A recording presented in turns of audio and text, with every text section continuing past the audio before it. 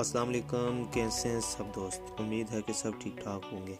अच्छा, आज की मेरी ये वीडियो बनाने का मकसद ये है कि कुछ लोग जो कहते हैं कि हमारे पास नोकिया का फ़ोन है, पीटीए से बंद है या इस तरह का कुछ, तो अक्सर लोग उनको बताते हैं कि ये कोड डायल करें।